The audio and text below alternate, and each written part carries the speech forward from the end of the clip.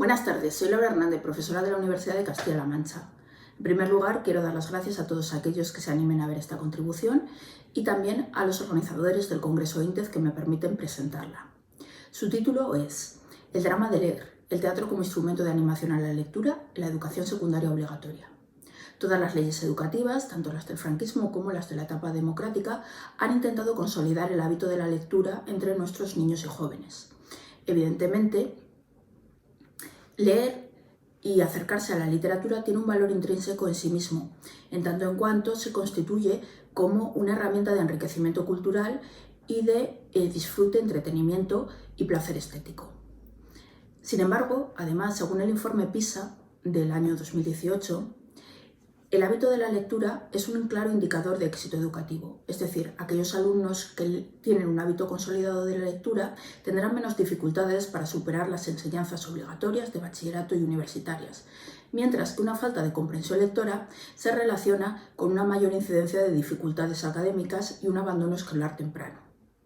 Por tanto, el desarrollo del hábito lector es fundamental para desarrollar la competencia social para aprender a aprender, que garantiza que nuestros alumnos van a continuar aprendiendo a lo largo de su vida y se van a poder enfrentar con éxito a una sociedad en constante cambio y que requiere una actualización y flexibilización constante tanto en el mundo laboral como académico. Entonces, ¿por qué los adolescentes no leen? Tal y como demuestran recientes estudios, el hábito lector se reduce con la llegada de la adolescencia. Mientras alrededor del 70% de los niños parecen tener un hábito lector consolidado, menos del 48% de los adolescentes leen con frecuencia. Ello se debe en gran medida a que tienen que enfrentarse en esta etapa a textos más complejos, en los que no sirve simplemente con descifrar el significado literal, sino que tienen que poner en juego su competencia comunicativa y realizar inferencias pragmáticas que les permitan comprender el texto en toda su profundidad. Además, sabemos que la falta de comprensión lectora retroalimenta la falta de hábito lector, de modo que si alguien no entiende lo que lee, es muy raro que se aficione a leer y, al carecer de este hábito lector, es poco probable que desarrolle su competencia de comprensión lectora. La disminución de la capacidad de atención y concentración, que han acreditado numerosos estudios, como el de la Universidad Oberta de Cataluña recientemente, también está detrás de esta falta de hábito lector. Parece ser que las actuales generaciones han perdido su capacidad de mantener la atención y la concentración necesarias para desentrañar un texto relativamente extenso. Evidentemente vivimos en una sociedad hiperestimulada en la que la cultura de la imagen nos llena de estímulos audiovisuales que requieren menor esfuerzo de procesamiento cognitivo que la lectura de textos extensos. Además, estamos acostumbrados a que estos estímulos se sucedan inmediatamente en el tiempo, como demuestra, por ejemplo, el éxito social de la red TikTok que frecuentan nuestros adolescentes. Por otra parte, tenemos que tener en cuenta que frente a generaciones anteriores, los adolescentes actuales, al llegar a sus casas, continúan conectados con su grupo de iguales y quizás carecen del tiempo de soledad necesario para dedicar a la lectura. Tenemos que tener en cuenta además que el adolescente, en su actitud de rebelión contra la autoridad de los padres y de los profesores, puede considerar la lectura obligatoria como una tarea más, es decir, uno más de los deberes que debe realizar dentro de un contexto escolar contra el que busca rebelarse. Y por ello es posible que esta percepción lo aleje de la lectura. Otro factor importante para explicar por qué los adolescentes no leen es precisamente la selección de lecturas obligatorias que hacemos los departamentos de lengua castellana y literatura. Para el primer ciclo se tienden a elegir textos narrativos, concretamente novelas, pero que normalmente recogen algunos de los valores transversales que nos indica el currículo, bien sea el ecologismo, el feminismo, la lucha contra los prejuicios sociales, como el racismo, xenofobia, porofobia, homofobia. Y quizás esta intención didáctica de muchos de estos textos puede desanimar, desmotivar a los adolescentes hacia la lectura, que perciben que no es una lectura dedicada al disfrute y al entretenimiento, sino que oculta una clara intención didáctica. Por otra parte, en el segundo ciclo de la ESO solemos escoger clásicos adaptados,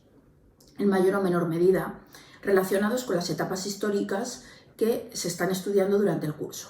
Esto es, en tercero de la ESO, textos procedentes de la Edad Media hasta el Barroco, y en cuarto de la ESO del siglo XVIII hasta la actualidad. Sobre todo los textos de tercero, aunque estén adaptados, son muy difíciles y necesitan siempre la mediación del profesor para ser comprendidos por los adolescentes. Por tanto, afrontar en solitario la lectura de estos textos, que presentan un lenguaje y una cosmovisión, un sistema de valores muy ajeno a los adolescentes, puede desanimarles para el desarrollo del hábito lector. Como alternativa a este tipo de lecturas, creemos que los textos teatrales pueden ser una opción mucho más motivadora para nuestros adolescentes, tanto por su posibilidad de crear un montaje teatral con metodología STEAM, como simplemente realizando una lectura dramatizada en el aula.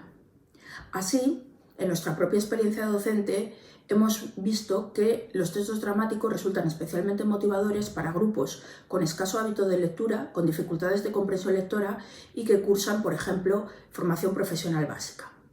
Ello se debe a que los textos teatrales poseen un ritmo rápido, una sucesión constante de diálogos y escasas descripciones, puesto que estas quedan limitadas a las acotaciones. Además, se propicia muy fácilmente el reparto de los personajes entre los distintos alumnos, que así se alternan en la labor de leer dramáticamente en voz alta, lo que requiere que presten atención y aumenta su capacidad de concentración. Este juego de roles posee además un carácter lúdico que resulta especialmente motivador para los alumnos que no acostumbran a leer, y además se puede fomentar la expresividad artística de los discentes, indicándoles que deben intentar imitar la voz, la entonación o las actitudes del personaje que representan. Por otra parte, el teatro promueve la empatía del alumno hacia los distintos personajes, porque frente a la visión única que nos presenta el narrador del texto novelístico o el yo poético del texto lírico, el texto narrativo nos permite empatizar o bien con el protagonista o bien con el antagonista, pues presenta dos visiones del mundo en conflicto y por tanto el adolescente puede desarrollar su juicio crítico identificándose con los valores, actitudes o visión del mundo de uno u otro personaje. Por otra parte, si tenemos la posibilidad de realizar un pequeño montaje, veremos que muchas veces, aunque el texto que estamos abordando sea antiguo, es decir, posea una lengua en un estadio anterior al actual, frecuentemente la acción dramática suple las carencias de comprensión que puede presentar el texto simplemente al ser leído. Sin embargo, pese a todas estas aparentes ventajas, el teatro no es la elección primordial como lectura obligatoria por parte de los departamentos de lengua castellana y literatura. Ello se debe, en primer lugar, a que hay muchos menos textos teatrales publicados que textos narrativos y todavía muchos menos juveniles que para adultos, lo que quizás disuade a los departamentos y a las editoriales de considerarlos posibles lecturas obligatorias. Otro problema es el desconocimiento de los códigos teatrales, que dificulta la comprensión de estos textos por parte del alumnado. Tenemos que tener en cuenta que la asistencia al teatro, como consecuencia de la pandemia COVID, se ha disminuido en gran medida, y por otra parte que contamos con numerosos alumnos que estudian en centros rurales, en núcleos de población muy alejados de las ciudades y que por tanto no tienen la oportunidad de presenciar con frecuencia espectáculos teatrales. Por otro lado, hay una cuestión azarosa, pero no menos importante, que es que si observamos los libros de texto de quinto y sexto de primaria y primero y segundo de la ESO, generalmente los contenidos relativos al teatro se sitúan en las últimas unidades del temario, lo que hace que muchas veces no lleguen a ser abordados por los profesores y por tanto no sean conocidos por los alumnos. Tenemos que tener en cuenta también que el currículo, tal y como plantea la enseñanza del teatro, hace que la asignatura de lengua y literatura se centre en el tratamiento del teatro como un género literario más, es decir, exclusivamente prestando atención a su vertiente textual, lo que impide a nuestros alumnos una comprensión global del hecho teatral que tenga en cuenta el conjunto de códigos sígnicos necesarios para el montaje de una obra teatral. Por otra parte, por último, también hay que decir que nuestros maestros y docentes de secundaria en general tienen una escasa formación teatral. Tal como he abordado en otra ponencia, el grado en educación primaria apenas contempla la formación teatral del futuro profesorado, lo que hace que los alumnos no tengan contacto con el teatro en las escuelas y, por tanto, esta carencia llegue a las aulas de secundaria.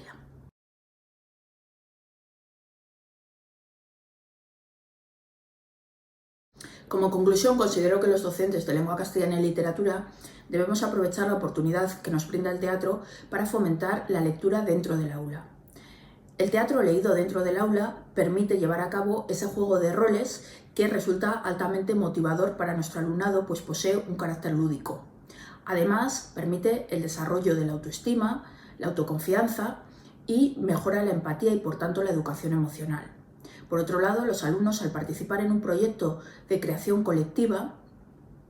se sienten más integrados en el grupo, lo que mejora la cohesión social y previene posibles casos de bullying. De esta manera, el teatro nos servirá no solamente para educar literariamente y artísticamente a nuestros alumnos, sino también para contribuir a su desarrollo personal y social. Es muy importante, por ello, la selección de los textos teatrales que vamos a llevar al aula. Recientemente, la editorial Vicens Vives ha creado una colección titulada Fila Joven que nos ofrece toda una suerte de textos dramáticos creados específicamente para jóvenes, junto con las indicaciones para crear un montaje teatral en los centros escolares. Junto a esta alternativa, podemos también utilizar textos canónicos más o menos adaptados. Por ejemplo, con una correcta adaptación, los pasos de Lope de Rueda pueden resultar muy divertidos. También podemos llevar a escena la famosa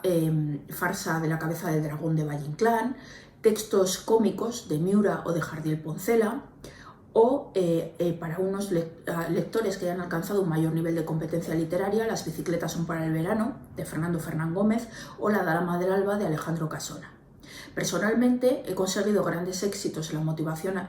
lectora de alumnado de FP básica a través de los textos de José Luis Alonso de Santos, de tipo sainetesco, Bajarse al Moro o La estanquera de Vallecas, y creo también que, por ejemplo, Picnic de Arrabal podría ser un texto bastante divertido para llevar el teatro, en este caso surrealista, a los alumnos de cuarto de la ESO. No obstante, como docentes de lengua castellana y literatura, tenemos que tener también en cuenta las nuevas propuestas dramáticas de autores como Mayorga, Fermín Cabal o Paloma Pedrero e intentar acercárselo a nuestros jóvenes alumnos para así formar futuros espectadores de teatro. En cualquier caso, se debe imponer la flexibilidad en nuestra programación de aula. No podemos pretender que todos los alumnos del mismo nivel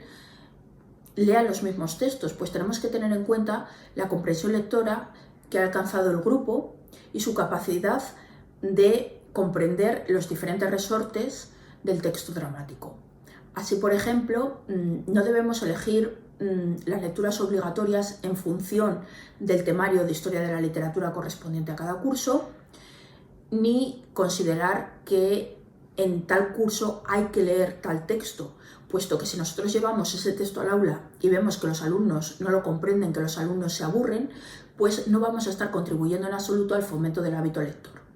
La sesión semanal de lectura dentro del aula debe ser un momento de aprendizaje cultural y literario, pero también de disfrute y placer estético, pues solo así estaremos formando a los futuros lectores del mañana. Muchas gracias.